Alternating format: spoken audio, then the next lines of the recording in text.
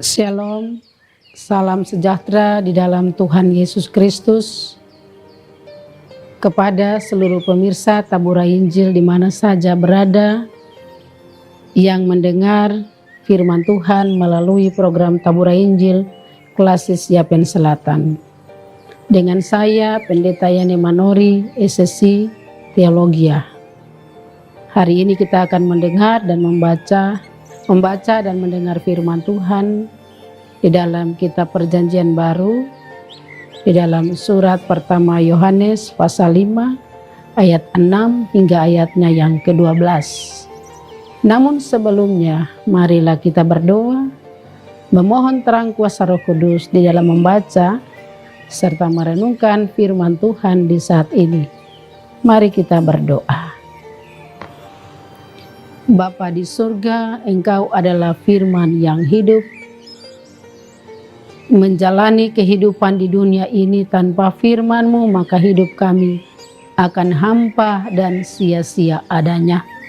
Tetapi melalui firman dan kebenaran-Mu, Roh-Mu terus menguatkan kami, dan Roh Kudus-Mu terus membimbing kami, menolong kami, untuk kami mengerti setiap bagian firman Tuhan yang terus kami dengar melalui program Tabura Injil Klasis GKI Yapen Selatan. Tuhan memberkati hamba-Mu yang akan menyampaikan firman-Mu di hari ini. Tuhan memberkati setiap umat Tuhan di mana saja berada yang mendengar firman Tuhan di saat ini. Tuhan memberkati. Inilah doa kami ya Tuhan, dengarkanlah doa kami di dalam nama Tuhan Yesus. Kami berdoa. Amin. Pemirsa, mari kita membuka Alkitab kita dan kita membaca di dalam surat pertama Yohanes pasal 5 ayat 6 hingga ayat 12. Kita Perjanjian Baru surat 1 Yohanes pasal 5 ayat 6 hingga ayat 12. Saya membaca bagian firman Tuhan ini bagi kita dengan perikop kesaksian tentang anak Allah. Inilah dia yang telah datang dengan air dan darah, yaitu Yesus Kristus, bukan saja dengan air, tetapi dengan air dan dengan darah, dan Rohlah yang memberi kesaksian, karena Roh adalah kebenaran. Sebab ada 3 yang memberi kesaksian di dalam sorga, Bapa, Firman, dan Roh Kudus, dan ketiganya adalah satu. Dan ada 3 yang memberi kesaksian di bumi, Roh, dan air dan darah, dan ketiganya adalah satu. Kita menerima kesaksian manusia, tetapi kesaksian Allah lebih kuat. Sebab demikian kesaksian yang diberikan Allah tentang anaknya. Barang siapa percaya kepada anak Allah, ia mempunyai kesaksian itu di dalam dirinya. Barang siapa tidak percaya kepada Allah, ia membuat dia menjadi pendusta, karena ia tidak percaya akan kesaksian yang diberikan Allah tentang anaknya. Dan inilah kesaksian itu, Allah telah mengaruniakan hidup yang kekal kepada kita, dan hidup itu ada di dalam anaknya. Barang siapa memiliki anak, ia memiliki hidup. Barang siapa tidak memiliki anak, ia tidak memiliki hidup. Demikian pembacaan firman Tuhan kepada kita di saat ini. Pemirsa Tabura Injil yang Tuhan Yesus Kristus kasihi, tema dari perenungan kita yaitu hidup di dalamnya. Hidup di dalamnya. Tema ini terambil dari dalam ayat 11 dan ayatnya yang ke-12 dari pembacaan firman Tuhan di saat ini. Pemirsa Tabura Injil yang terkasih di dalam Tuhan kita Yesus Kristus. Sampai saat ini Sebagai orang Kristen pasti kita bertanya, apakah kita sudah hidup di dalamnya? Atau kita telah hidup di dalam Kristus? Dalam secara keseluruhan, Allah di dalam Kristus dan Roh Kudus adalah Trinitas yang tidak terpisah. Antara Allah, Kristus, dan Roh Kudus adalah satu keutuhan yang tidak dapat dipisahkan di dalam seluruh kehidupan Allah di dalam Roh dan di dalam pekerjaan Yesus Kristus. Kehidupan manusia di tengah-tengah dunia, kita tidak akan hidup tanpa Tuhan, atau kita tidak akan hidup tanpa Allah dan Roh Kudus. Hal ini dinyatakan dan disaksikan oleh Rasul Yohanes. Bagaimana Yohanes mau menyatakan bahwa Allah di dalam Kristus dan Roh Kudus yang disembah baik para rasul-rasul dalam pemberitaannya. Inilah yang mereka beritakan dan terus disampaikan sampai saat ini sebagai orang-orang yang telah dipanggil dan mengikuti Yesus sebagai Tuhan dan Juru Selamat. Pemirsa yang terkasih dalam Tuhan kita Yesus Kristus, Rasul Yohanes harus menyampaikan ini kepada orang-orang percaya pada masa itu karena situasi guru-guru palsu yang masuk dan menyusup mengajarkan ajaran-ajaran sesat. Di dalam surat 1 Yohanes ini kita lihat bagaimana antikristus. Siapakah itu antikristus? Yaitu si pendusta. Bukankah dia yang menyangkal bahwa Yesus adalah Kristus? Dia adalah antikristus, yaitu dia yang menyangkal baik Bapa maupun Anak. 1 Yohanes pasal 2 ayatnya yang ke-22. Yohanes sendiri berbicara bahwa mereka yang telah mendusta, menyangkal Yesus Kristus, baik Allah dan juga Roh Kudus adalah pendusta, dan mereka itu adalah antikristus.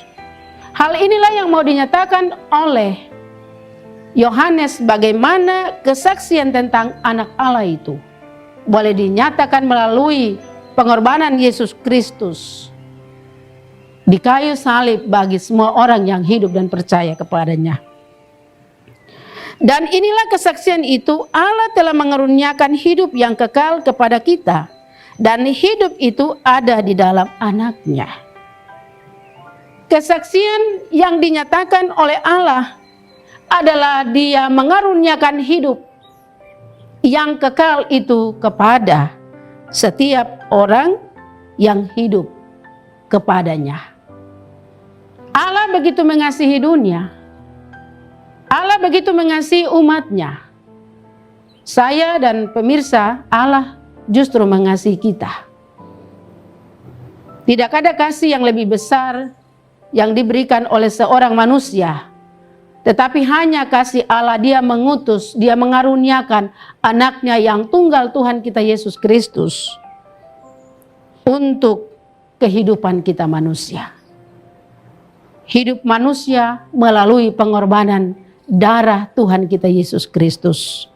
Dalam pasal 5 ayat 6 dikatakan, inilah Dia yang telah datang dengan air dan darah. Air di sini melambangkan Yesus datang sebagai sumber air hidup, yaitu firman. Sedangkan kata darah di sini menunjuk pada hidup, sebab darah adalah lambang kehidupan.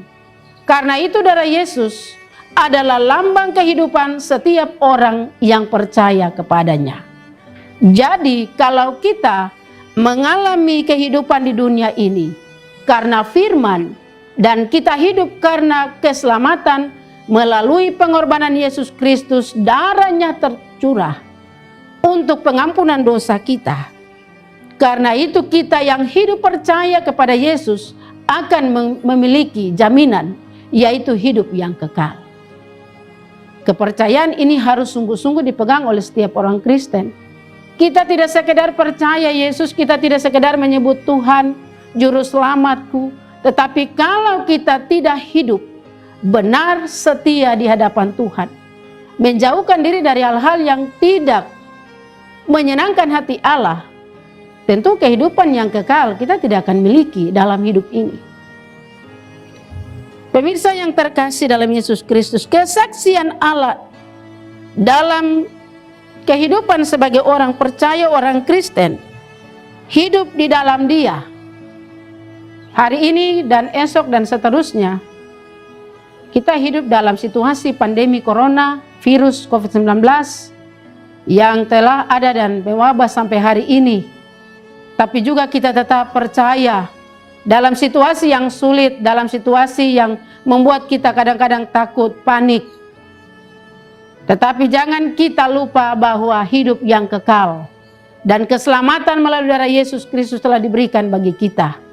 Itulah sebabnya mari kita hidup di dalam Dia. Kita hidup melalui segala tugas pekerjaan kita. Dalam semua karya-karya kita yang Tuhan percayakan, mari kita belajar hidup setia, taat, rajin beribadah, melakukan hal-hal yang baik. Karena minggu-minggu kesengsaraan Tuhan Yesus ini mengajar kita, membawa kita untuk bagaimana kita harus terlibat menderita. Menderita karena apa? Kebenaran. Karena Yesus Kristus adalah jalan, kebenaran, dan hidup. Dia adalah Bapa bagi setiap orang yang percaya kepadanya. Pemirsa yang terkasih, ayat 12 berkata, barang siapa memiliki anak, ia memiliki hidup. Barang siapa tidak memiliki anak, ia tidak memiliki hidup. Coba kita membayangkan, kalau tidak ada Kristus yang dihadirkan oleh Allah kepada kita, hidup kita ini pasti jauh dari Tuhan. Kita tidak lagi hidup erat dengan Allah, tetapi hanya Allah yang telah mengasihi dunia ini. Dia mengutus Yesus Kristus, anaknya bagi kita, sehingga kita memiliki hidup. Kita hidup di dunia, kita ada dan tinggal di dunia. Tidak semua kehidupan kita pasti akan berjalan dengan mulus. Percaya Yesus, pasti kita akan dihina, diolok, dianiaya. Seperti apa yang terjadi atas diri Yesus. Tetapi ketika setiap orang, kata barang siapa di sini menunjuk bahwa setiap orang, siapapun dia yang memiliki anak, memiliki berarti dia selalu menghadirkan Kristus di dalam hidupnya.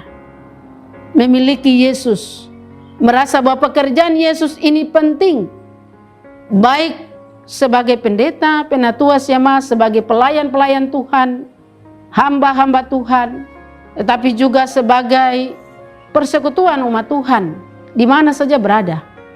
Mari kita memiliki Tuhan.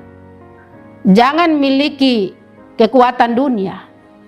Jangan ingin menyimpan ilmu-ilmu kuasa gelap, praktek-praktek tahyul, kepercayaan-kepercayaan kepada roh-roh orang mati, kepercayaan-kepercayaan kepada kekuatan-kekuatan penguasa dunia.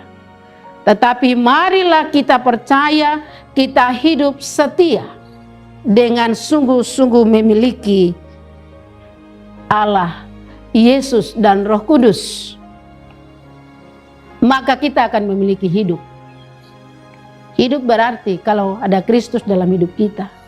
Tapi orang yang menyia-nyiakan waktu Tuhan, hidup di luar Tuhan jauh, dan tidak mau selalu terlibat dalam tugas pelayanan gereja, terlibat dalam persekutuan-persekutuan. Bagaimana aspek kesaksian kita? Kita mau menyaksikan Yesus kepada dunia. Kita mau menyaksikan siapa itu Allah dalam Roh Kudus bagi hidup orang lain yang belum percaya kepada Yesus. Kalau kita sendiri belum hidup di dalam Tuhan, hidup di dalam Kristus. Oleh karena itu mari kita hidup di dalam Dia. Hari ini dan esok dan seterusnya, tahun 2021, di bulan Maret kita ada dan hidup melihat karya Tuhan melalui penderitaan Yesus. Sebagai pemuda, pakailah masa mudamu untuk hidup dalam segala hal. Talenta karunia yang Tuhan berikan jangan sia-siakan dalam masa muda, tapi pakailah itu dengan baik. Dalam segala karya, hikmat, talenta yang Tuhan berikan itu bersaksi, karena Tuhan senantiasa memberi hidup yang kekal. Jangan pakai kesempatan masa mudamu untuk melakukan hal-hal yang tidak berguna. Kemabukan. Kalau ada masalah lari ke mabuk. Kalau ada masalah lari ke aibon, narkoba. Tapi tidak selalu datang ke Tuhan. Memohon Tuhan memberi kekuatan, pengharapan. Karena kalau pergi ke sana tersesat, siapa yang mau tolong? Tetapi kalau Tuhan ada selalu dalam hidup kita, mari kita dengar-dengaran kepada orang tua. Hidup yang kekal itu adalah masa depan, harapan, cita-cita. Bahkan keselamatan pun Tuhan berikan. Sebagai bapak dan ibu, orang tua, mari tanamkanlah nilai-nilai kepercayaan itu kepada rumah tangga dalam hidup ini. Jangan terpengaruh dengan hal-hal yang tidak penting dalam dunia ini.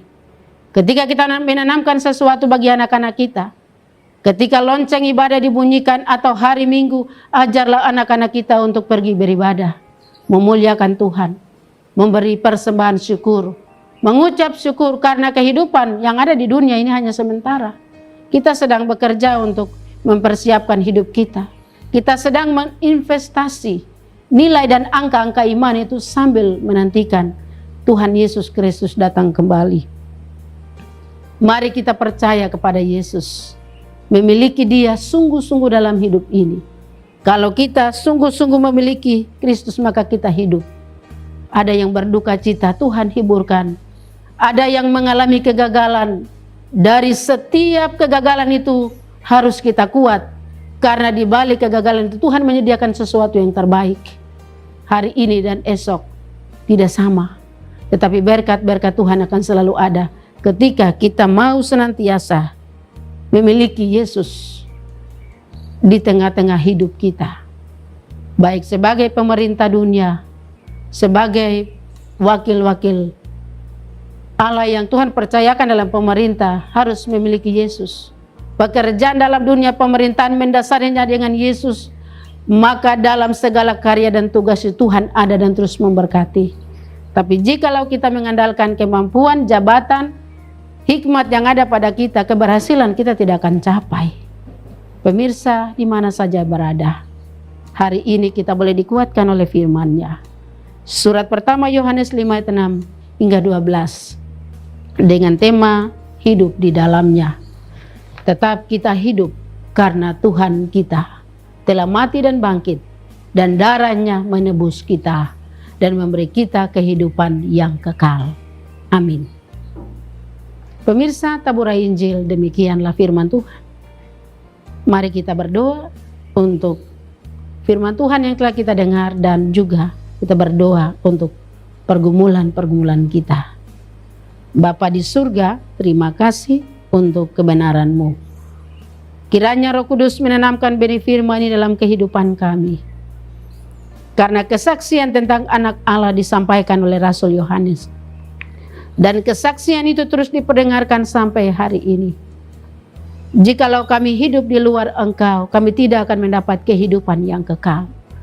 Tapi karena Engkau ada dan terus berkarya dalam hidup ini, kami boleh melihat anugerah-Mu.